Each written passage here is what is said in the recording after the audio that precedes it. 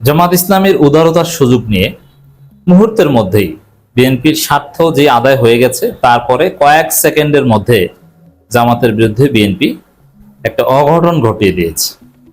দর্শক, বিএনপি যে আসলে কতটা নিষ্ঠুর এবং জামাতের যে উদারতার নামে সরলতা, এগুলো যে ভুল, আপনি এখানে দেখবেন এবং অবাক হবেন যে এরা কি, কতটা নিকৃষ্ট। দর্শক, আপনারা জানেন যে জামাত ইসলামী অযৌক্তিকভাবে বিনা কারণে একটা ফালতু যুক্তির উপর ভিত্তি করে রাষ্ট্রপতি নির্বাচনে প্রার্থী দিয়েছিল এবং রাষ্ট্রপতি নির্বাচনে অংশগ্রহণ করেছিল, ভোট দিয়েছিল। অথচ জামাতের উচিত ছিল এই নির্বাচন বর্জন করা এবং এই রাষ্ট্রপতি নির্বাচনের যে প্রক্রিয়া, বিতর্কিত পদ্ধতি, একটা তথাকথিত পদ্ধতি, এর বিরুদ্ধে দেশব্যাপী একটা হাইপ তোলা। কিন্তু না, সেটা জামাত করেনি, বরং তারা নির্বাচনে অংশগ্রহণ করেছে। জামাতের লোকজন বাস্তবে না হলে উপরে উপরে হলো ৭০ অনুচ্ছেদের বিরুদ্ধে।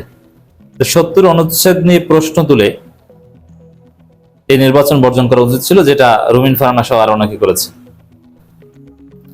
কিন্তু জামাত এখানে উদারতা দেখেছে। উদারতা বলতে এই উদারতা ভুল, এটা রাজনৈতিক ভুল, কিন্তু তারপরও জামাতের দৃষ্টিতে এটা উদারতা। আমি আসল কথাটা এখন বলে দিই। এই যে জামাত রাষ্ট্রপতি নির্বাচনে অংশগ্রহণ করেছে, যা দেখেছেন, এর পেছনে কোনো যুক্তি নেই।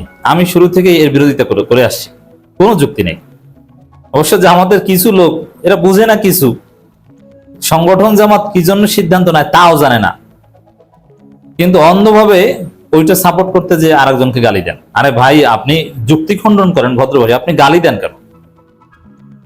আমাকে অনেকে বলেছে জামাত বুঝে শুনে রাষ্ট্রপতি পদে প্রার্থী দিয়েছে গণতন্ত্রের স্বার্থে। বাবারে, কি গণতন্ত্র এখানে?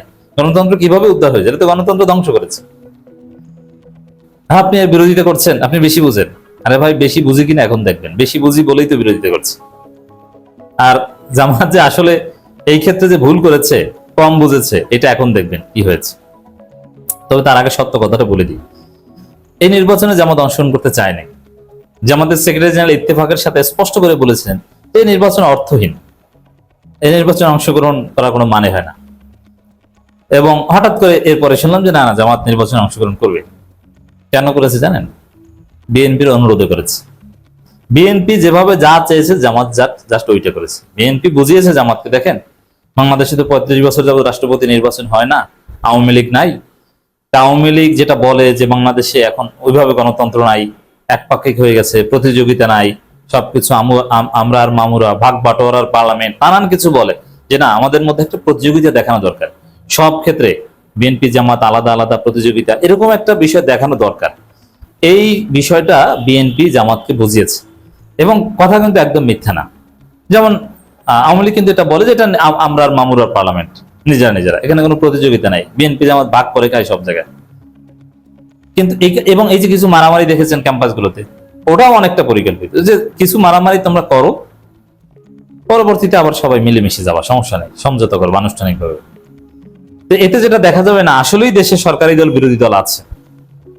এর মানে এখানে বিরোধী দলের যে ভ্যাকিউমটা, ওই জায়গায় আওয়ামী লীগ ছাত্রলীগের কোনো স্থান নেই।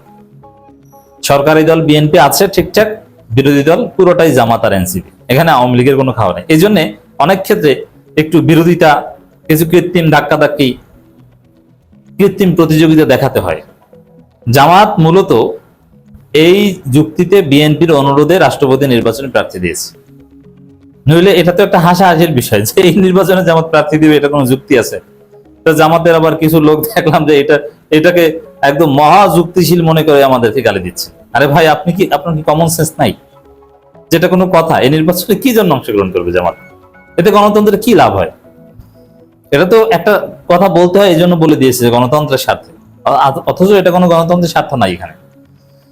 তো দর্শক, এখানে জামাত বিএনপির উপকার করেছে, উদারতা দেখিয়েছে, জানেন, ঠিক আছে, এটা বিএনপির তো লাভ, একটা প্রতিযোগিতা দেখানোর, ঠিক আছে, অনুরোধ করেছে রাষ্ট্রপতি নির্বাচনে প্রার্থী দেই, আমরা দিয়েছি।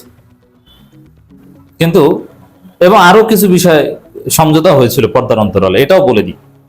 এটা অনেকে স্বীকার করবেন না, কিন্তু আমরা এটা জেনে বলছি, একদম অথেন্টিক কথা, যে ৭০ অনুচ্ছেদ, ঠিক আছে, এটা আমরা সংশোধন করব। বিএনপি জুলাই সনদ, নোট অফ ডিসেন্ট বাদে সংশোধন করবে। তার মধ্যে 70 অনুচ্ছেদ বিষয়ে তাদের নোট অফ ডিসেন্ট ছিল, আবার কিছু নোট অফ ডিসেন্ট উঠিয়ে নিয়েছে। 70 অনুচ্ছেদ বিষয়ে আমি আগেও বলেছি যে জামাতেরও 70 অনুচ্ছেদের প্রতি দুর্বলতা আছে, কারণ 70 অনুচ্ছেদের পক্ষে হাজার যুক্তিও আছে। 70 অনুচ্ছেদ না থাকলে সংসদে এমপি কেনা বেচা হতে পারে, এক দলের এমপি আর এক দলের কলেজে উঠতে পারে, অথবা 100 কোটি টাকা দিয়ে বা কয়েক কোটি টাকা দিয়ে একজন এমপিকে কিনে নিতে পারে। ভারতের পার্লামেন্টে যেটা হয়, এমপি কেনা বেচা হয়। তো দর্শক, আবার সাংগঠনিক কমান্ড ভেঙে পড়তে পারে। বিশেষ করে জামাত তো এটা খুবই সিরিয়াস, যে তাদের কোনো লোক তাদের দলের বিরুদ্ধে ভোট দিবে, এটা তো জামাত কল্পনাও করতে পারে না। অতএব জামাত তো 70 অনুচ্ছেদের পক্ষে, মানে আকীদাগত 70 অনুচ্ছেদের পক্ষে, কিন্তু জুলাইয়ের বাস্তবতার কারণে 70 অনুচ্ছেদের বিরোধিতা জামাতকে করতে হয়। তো এই বিষয়ে একটা আন্ডারস্ট্যান্ডিং হয়েছে পর্দার অন্তরালে, যে না ঠিক আছে, আমরা 70 অনুচ্ছেদ সংশোধন করব। তারপরও ভাই এই নির্বাচনে অংশগ্রহণ করেন, দরকার আছে। জামাত উদারতা দেখে এই নির্বাচনে অংশগ্রহণ করেছে, কিন্তু যেই নির্বাচনটা হয়ে গেছে, সালাউদ্দিন আহমেদ জামাতের বিরুদ্ধে বেইমানি করলেন। কি তিনি বলছেন?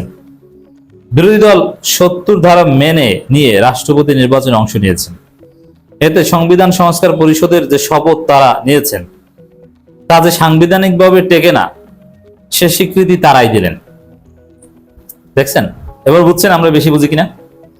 আমরা বলেছিলাম যে এই রাষ্ট্রপতি নির্বাচনে অংশগ্রহণ করা জুলাই সনদের পক্ষে জামাতের অবস্থানকে দুর্বল করবে, জামাতের নৈতিক ভিত্তিকে প্রশ্নবিদ্ধ করবে। সেটাই সালাউদ্দিন সাথে সাথে হাতে হারিকেন ধরিয়ে দিয়েছেন জামাতের।